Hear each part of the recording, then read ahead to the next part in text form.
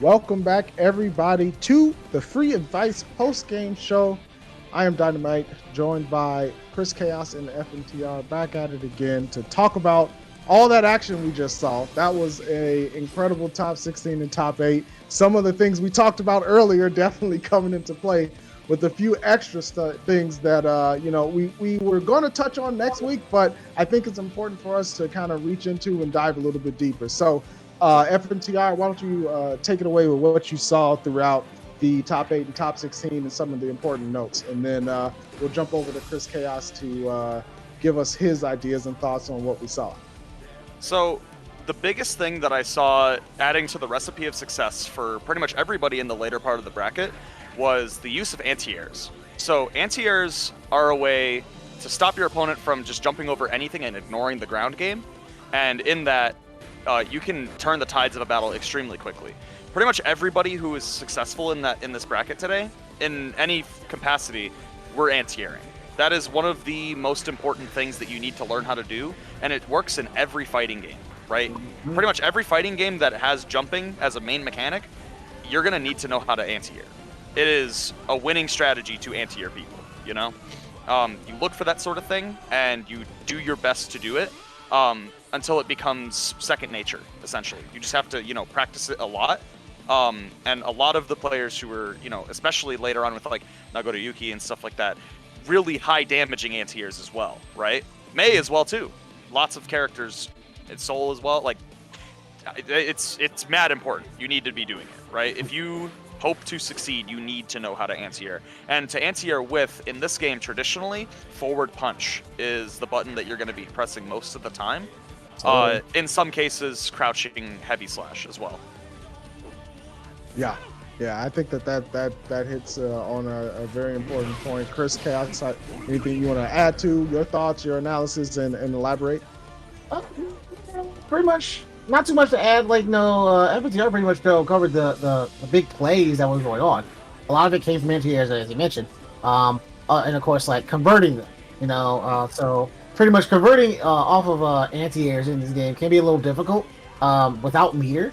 But like as you can probably tell, a lot of people are like getting into the meter usage and extending their combos. Like so it's like everyone's getting the knowledge of like exploring with the Roman cancel mechanic, which is was something that we're gonna go ahead and go into more deeper detail for like the next week. But pretty much no, just a little rundown for those who may not know. You have a couple of different Roman Roman cancels in this game. You have red Roman cancel. All of a hit, you get press 3 buttons and actually get an extension. And of course, there's another one where there's purple Roman cancel.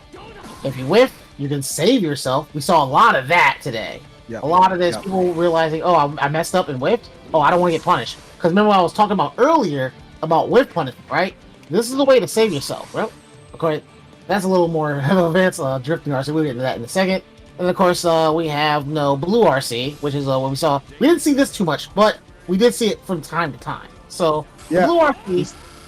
Yeah, go ahead, because I want to get into this. Yeah, the blue RC pretty much slows down is able to slow down your opponent and make it slow down their inputs and even their reactions when you hit them.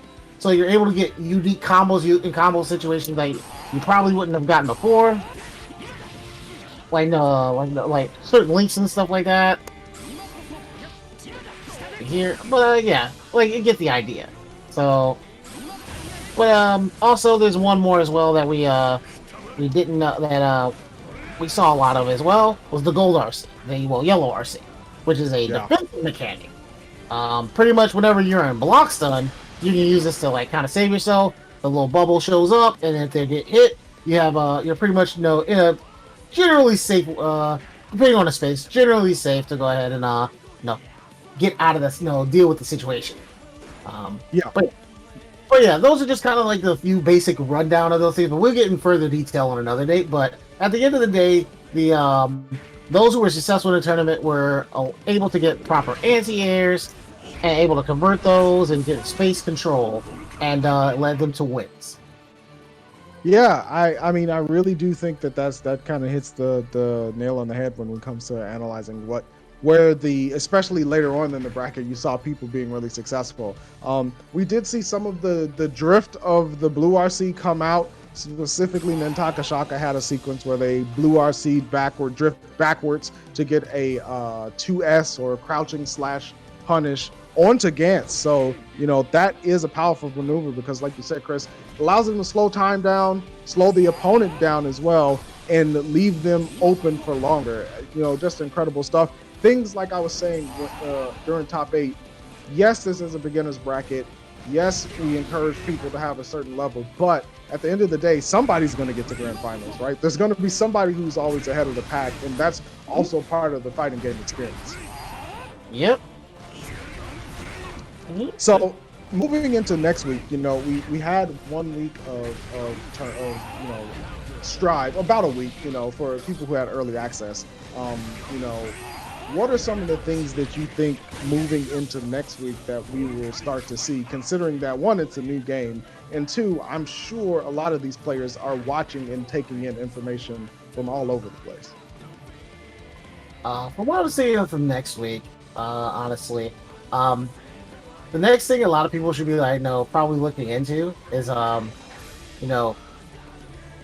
would like to see more like space control, because it seemed like in the tournament a lot of people were kind of just colliding with each other a bit too much, to get their offense going. So you saw a lot of rush down and not too much space control. You saw a bit of it like later on in the brackets, but like there's still a lot of ping ponging going on, and and it can lead to like kind of like a little bit of a chaos going on. Yeah.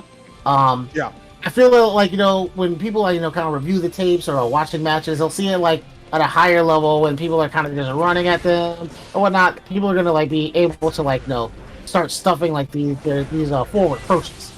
That would be the next step, because the main thing is you want to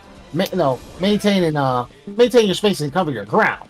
And have and let's say this is my space, this is mine. Instead of just always trying to overtake, because you do need to overtake space when it's given to you. If someone gives you free real estate because they're constantly walking back, go in. But also understand when you go in, when these folks are more aware and kind of walking back and being patient, people can just run into buttons. Very often. Yeah, and that's something I think we'll see more of as the players develop throughout the weeks, and definitely something to keep an eye out. FNTR, any last thoughts on what we might see developmental wise? I'd really like to see the use of faultless defense a lot more. A lot of players, from what I saw, were kind of getting suffocated, right? They get rushed down and they're like, man, I'm just blocking, and their next their first thought is either jump out or hit a button back to try and challenge, right? To make that a little bit easier for you, when you're blocking, if you hold any two buttons that don't include the dust button, any two buttons, so down back end P plus K or P plus S or S plus H, whatever, you'll faultless defense, and it creates that green bubble. It uses your meter, but it functions as a push block. So if your opponent is hitting you with all this pressure and suffocating you, try using FD to space them out a little bit more so you can make a better situation for yourself. Sometimes you can make your opponent whiff, and then you can whiff punish them for big damage, or you can just create a better frame advantage situation. And we can get into that way later, but you basically just want to use faultless defense to create a better defensive situation for yourself, to allow you to get out of those bad spots. I think it's a really quick way to start making your life a little more breathable, because man, it's that Soul Far Slash right there, man. That is really impressive. It is a really good move, right? So you want to be able to create that space for yourself so you can control it properly and get out of those bad situations. And it's a very quick adjustment that you can make just by looking at your meter and go, okay, I'm getting pressured, FD. I don't want to be here. Get away from me. And I think that's something we can definitely look forward to in the future.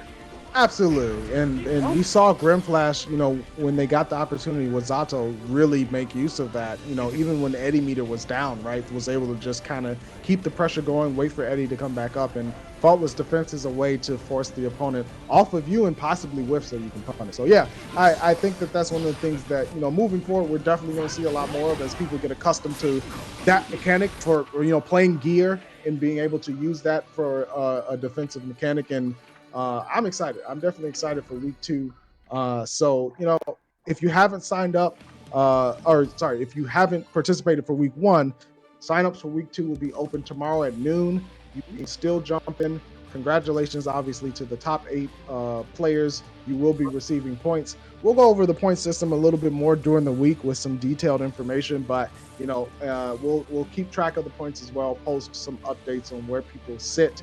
But until next time, big thanks again to Chris Chaos and FNTR bringing us some free advice, and shout outs to everyone who stuck around for the post game show. If you have any feedback for both free advice and the tournament itself, please feel free to reach out in the Discord for Low Kick as well as on Twitter. We are looking to improve as we go week to week, but this has been a fantastic week 1. Thank you both. Go ahead and give a shout outs to your Twitter where people can find you and follow you, and let them know what's good. Well, me, pretty much, you can find me on Twitter at ChrisChaos_21. I also stream every once in a while on Twitch. You can find me at Chris_Chaos_. And of course, if you have any other questions in particular with Guilty Gear, for those who may not know, unless I didn't mention it, I am a chip main in this game. So if you're looking for any type of basic information, a little higher level, more advanced information, or even just chip stuff, just holler at me. Hit me up with a tweet. I usually respond within decent time. I'm always willing to help. As for me, I am at FNTR9 on Twitter, and typically I post periodically about things that I like, but mainly I'm retweeting stuff about tournaments and tech that I find, liking and tweeting stuff like that. I'm also on Twitch. I'm at twitch.tv/FNTR. I stream sometimes. I'm not very consistent with it, but I usually like to stream fighting games and any other games I really like. I like Resident Evil. I think that's really cool. I like other games like that. But I also want to give a shout out to a specific Discord that I'm in that really likes to help out with a lot of people, and I can send a link to that for anybody who's trying to get games.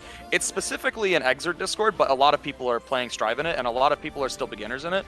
Novice Knockouts. Novice Knockouts runs a tournament series in the Midwest for Exert specifically, but lots of people are playing Strive right now, and I think it's a good time to get people in there and trying the game out and learning the game. Shout outs to them. They do great stuff. And yeah, that's about all I got. Awesome. Thank you both again. Thanks to the players. Thanks to all the commentators, especially thanks to the staff, the TOs, everyone who helped out with the build up. Shout outs to Seth Mitchell for streaming all the way through from end to end.